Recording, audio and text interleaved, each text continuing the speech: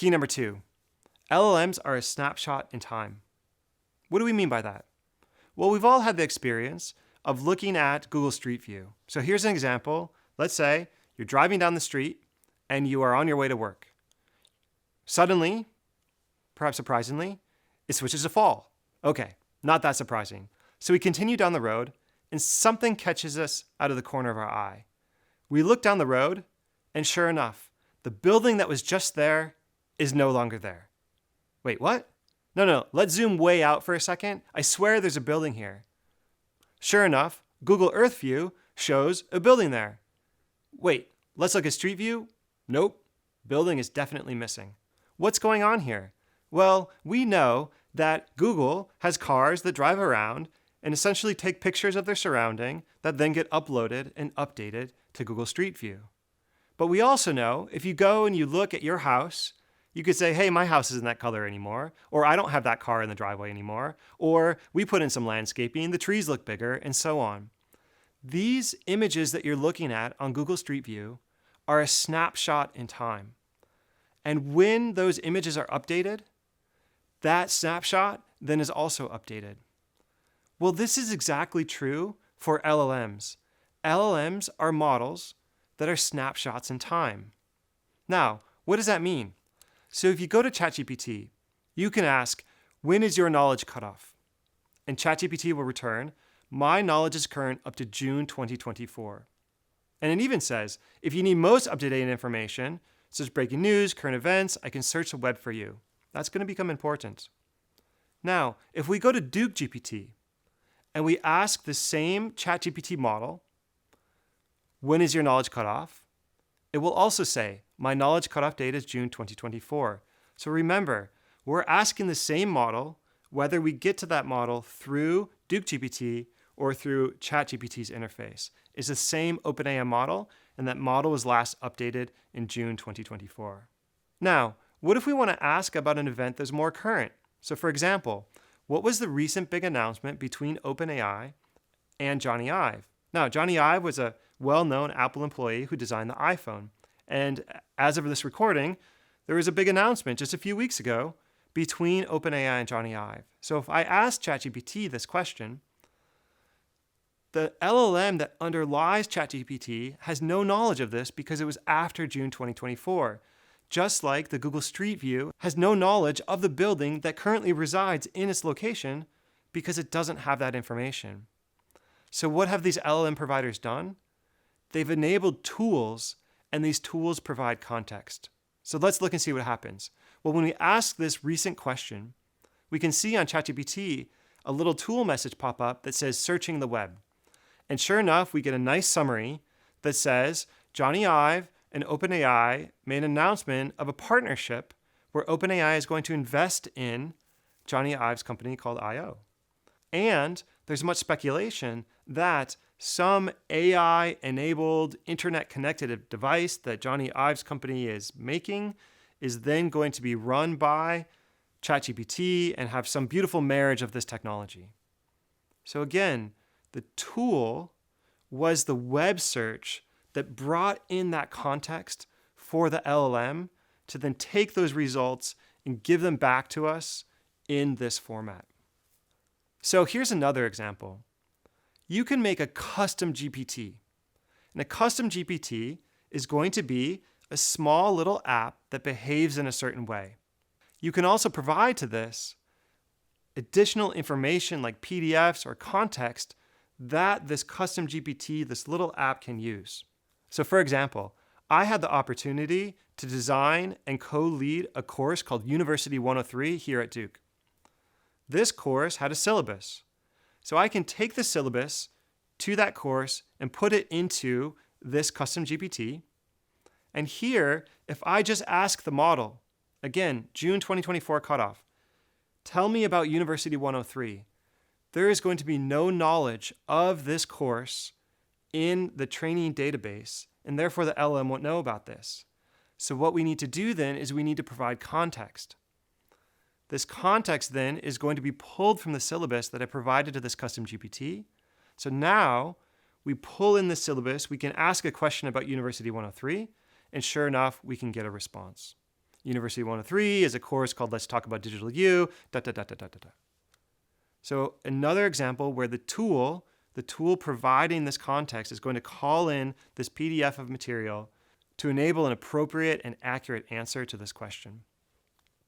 Now, this is a ChatGPT-based service, but I'll also mention that Duke is building this called My GPT Builder, and hopefully by fall 2025, this will be available to any staff or faculty member who wants to create a similar experience where you have a syllabus, you have some course information, you have some readings and so on, and you can then create a mini app for a student to interact with that syllabus to be able to ask questions and get clarification. When is this exam? When is my homework due? What was the reading? And so on. And of course, we know the answer. It's in the syllabus. Well, perhaps the new answer will be, it's in the My GPT Builder or something. Maybe we'll come up with a better name. Anyhow, tools provide context. So in this case, we're bringing in any of this course information or readings or really any type of information, and we are providing the specificity for the LLM. All right, now, Duke also has a couple of other custom GPTs as examples that are currently available. For example, QuizMe is a custom GPT that provides specific information for its context window. So when we look at QuizMe and we look at the prompt that QuizMe is using, we can see that QuizMe has very specific instructions. These instructions then are going to instruct QuizMe how to behave, but then also QuizMe has a PDF of material on quizzing best practices. So if QuizMe is going to make you a quiz, QuizMe has instructions about how to make a quiz for you based on that PDF. So it's the exact same principle. It's a special type of tool that brings in context. Another example, Copilot has access to OneDrive and can provide context for an LLM like ChatGPT. So what does this mean? If you go to Copilot and you ask, where is my file about the report I wrote on dogs? What's going to happen is Copilot is going to have access to your OneDrive. It will then go through that OneDrive, search for information about reports and dogs, bring that back to the LLM. The LLM then is going to remix that information and provide you the best answer. So again, we have an LLM. The LLM is a model, but we're bringing in context to this model. Now, sometimes you would want to bring in context far beyond what we call the context window. So the context window refers to the size and the amount of information that you can provide to the LLM before it's overwhelmed. So if you wanted to ask a question about all the scientific papers that have ever been published, you wouldn't take all of these scientific papers and give them directly to the model because the model wouldn't be able to perform searches across all of these. So there's a different solution, and this solution is called RAG. This is a term that you might have heard of. It stands for Retrieval Augmented Generation. The way RAG works is to take a large corpus of text, and that text then is going to be embedded. So essentially it means we're going to turn that text into a signature that then is searchable. So the LLM is going to take your query. Let's say, let's find all of the papers written by Matthew Hershey. We're going to take that query, we're going to turn that into a signature. We send that to compare to the signature of all of the papers, and we pull back only the results that are relevant. And when you design RAG, when a software engineer designs this system, the engineer will then determine how many results are returned and the parameters for those results. But essentially, the subset of results from that search gets provided to the LLM, which then remixes and provides you the answer. And so in this case, it came up with what it thinks are the most likely papers written by me. Now, this is important because there's different types of context that can come in to an LLM, but the key underlying this all is that this is just a subset of information that's provided to the LLM. One last example. there's another term called MCP. This is Model Context Protocol. Now, MCPs are servers that are going to fetch certain types of information. So for example, if I want to enable my LLM to have a tool, and that tool then is called web search, I need to give that tool to the LLM so that it knows how to do web search, so that it does that search and it brings in a certain number of results.